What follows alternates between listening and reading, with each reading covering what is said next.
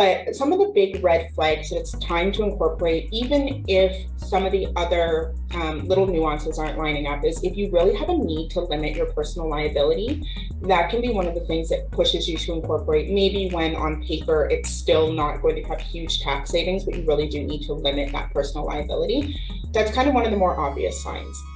Another thing is if you're in a type of industry where you need to remain competitive,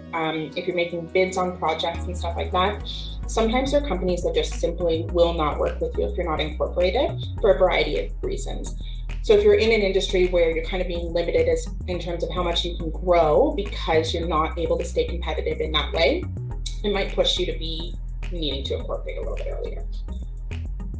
So the less obvious rules of thumb, and everybody will always joke that this is my favorite picture to put on the screen, but I think that this woman is what I'm striving to be in life. But some of the less obvious rules of thumb is if you're making more money than you need to live off of, and you feel kind of like this fabulous woman here, chances are